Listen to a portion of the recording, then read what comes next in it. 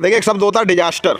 Disaster का अर्थ होता है, ये फ्रेंच शब्द डिजास्टर से हुई है, जो दो शब्द डिस और एस्टर से मिलके बना है। डिस मीन्स अशुभ और एस्टर मीन्स सितारा, यानी कि अशुभ तारा। यानी कि ऐसा कोई भी जो अप्रत्याशित हो और जो हमारे लिए अशुभ हो, उसे हम आपदा कहते, आपदा। और विपदा शब्द तो हम लोगों ने बहुत सुना है, विपदा। विपदा यानी कि मुसीबत, और आपदा ये भी एक प्रकार की मुसीबत जिसके बारे में सोचा नहीं है, ठीक है, वो हो जाती है आपदा।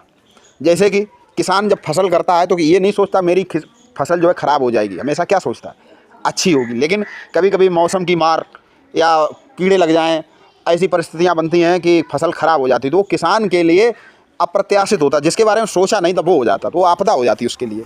तो इस तरह हमारे आसपास दो प्रकार की आपदाएं होती हैं, एक प्राकृतिक और एक मानवकृत, मानव जनित। अब जैसे भूकंप है, ये क्या है, ये है प्राकृतिक, कि पृथ्वी हिली, कंपन हुआ और बहुत सारे मकान गिर गए, जन धन की हानि हुई। और एक होता मानव जनित, जैसे कि सड़क दुर्घटना है, तो उसमें प्राकृतिक कुछ नहीं है, ये मनुष्य ही करता है, लेकिन सोच के नहीं करता, जानबूझ के नहीं करता, हो जाती है। आग लग जाती कहीं, कोई जानबूझ के नहीं लगाता, लेकिन गलती से आग लग गई। बच्चे, छोटे बच्चे घर में खेलते रहते दिया सलाई से और पूरी गृहस्थी फूंक देते। तो दो प्रकार की आपदा हो गई, प्राकृतिक और मानव जनित। प्राकृतिक आपदा में जैसे कि भूकंप, पहला तो भूकंप, तो देखिए 2001 में गुजरात में भुज में आया था भूकंप, एक लाटूर में आया था जब मैं पढ़ता था, तो बड़े बड़े भूकंप आए हैं। भूकंप जहाँ से शुरू होता है उसको कहते हैं केंद्र, और उसके ठीक ऊपर ज़मीन पे वो जो जहाँ पर उसके ऊपर ठीक ज़मीन के अंदर केंद्र होता है, उसके ठीक ऊपर वो जगह होती है अधिकेंद्र।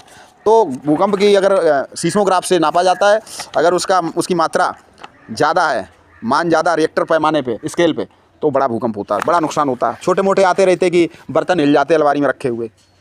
भूकंप आए तो हमेशा मजबूत चीज़, जैसे तख्त है, टेबल है, उसके नीचे आप बैठ जाना चाहिए, या खुले स्थान पर, मौका मिले तो खुले स्थान पर, ठीक है। सरकार ने एक इसका पूरा एक वो बना रखा है विभाग, जो आपदा से निपटता है, किसी भी प्रकार की आपदा से। सुनामी, जापानी भाषा से शब्द लिया गया सुनामी, ठीक है। तो सुनामी क्या होता है, समुद्र के अंदर जब भूकंप आता है तो समुद्र का पानी जो है बहुत ऊंची हिलोरे मारता है, और उसकी ऊंचाई बहुत ऊंचाई तक होती है, गति भी होती है, तो न तट के आसपास जो समुद्र किनारे रहते बहुत नुकसान होता है। तो मछुआरों को अलर्ट कर दिया था पहले, अगर भूकंप आने वाला पता चल जाता सब, तो नहीं, भूस्खलन, ज़मीन धंस जाती है। पहाड़ी इलाकों में ज़्यादा, वहाँ बहुत ज़्यादा निर्माण हो रहा है, होटलबाजी हो रही है, होटल खुल रहे हैं, बड़े बड़े निर्माण हो रहे हैं, पुल बन रहे हैं, बांध बन रहे हैं, तो पहाड़ी क्षेत्रों में भी भूस्खलन की समस्या रहती है कि एकदम अचानक ज़मीन धसक जाती है। सड़क पे जा रहे हैं, पता लगा कि आधे रास्ते पहुँचे और आगे की ज़मीन पूरी धस गई, अब रास्ता बंद।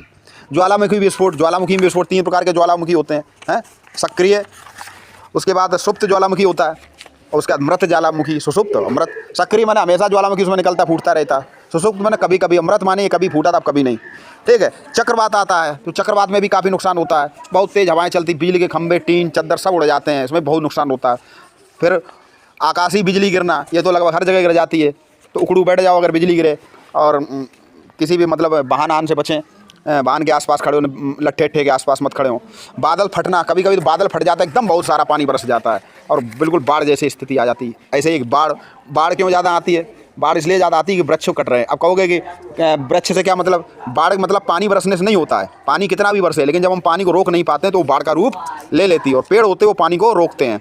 सूखा, कभी कभी बहुत बारिश ही नहीं होती, बहुत दिनों तो फसल सब मारी जाती है, ये भी प्रकार की आपदा है। पुरानी फिल्में देखो, सूखा पे बहुत सारी फिल्में बनी हुई हैं, फिर लोग कर्ज लेते थे साहूकार से। मानव जनित आपदाएं, तो मानव जनित आपदाएं में बहुत से, जब पेट्रोलियम का रिसाव हो जाए, गैस का रिसाव हो जाए, मृदा का अपरदन हो रहा है, खेतों में बहुत ज़्यादा रसायन मिलाना, आग लग जाना। भाई आग को हम दो तरीके से मानते हैं, प्राकृतिक भी मानते हैं और मानव जनित भी मानते हैं। जंगलों में आग लग जाती है, वो प्राकृतिक होती है, ठीक है। तो ये जो है मानव जनित है। विस्फोट हो जाए, मानव जनसंख्या विस्फोट, ये भी एक प्रकार की आपदा, बहुत ज़्यादा जनसंख्या हो जाए। तो भारत में आपदा प्रबंधन का क्या सिस्टम है, तो देखिए भारत में सरकार ने एक पूरा संगठन बना रखा है जिसका नाम है NDM,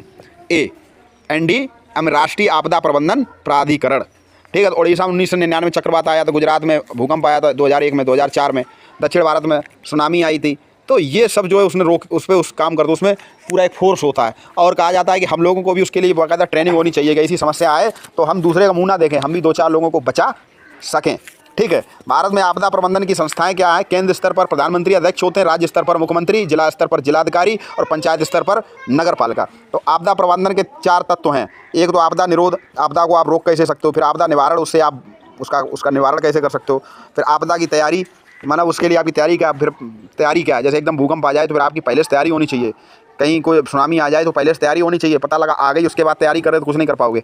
फिर प्रतिक्रिया, फिर पुनर्वास, जो लोग उसमें नुकसान उठाते हैं उनको रहने की व्यवस्था द्वारा की जाती, पुनर्निर्माण और रिकवरी और निर्माण कार्य किए जाते हैं, जिससे कि वो वापस। जापान में देखिए हिरोशिमा नागासाकी बम पड़ा था, ये भी एक प्रकार की आपदा थी है, लेकिन जापान ने बहुत जल्दी अपने रिकवर किया, तरक्की की। तो ये था आपका आपदा।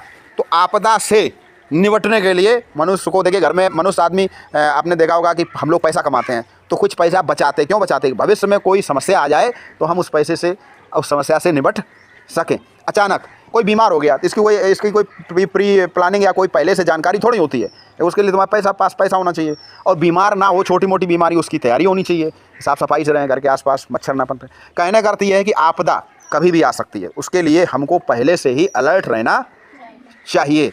और शिक्षा का मतलब ये है, पढ़ाई लिखाई का मतलब ये है, मैंने कई बार बताया कि पढ़ाई लिखाई का मतलब सिर्फ नौकरी नहीं होता। पढ़ाई लिखाई का मतलब है कि हम जीवन में आने वाली चैलेंज से, समस्याओं से, परेशानियों से निपट सकें।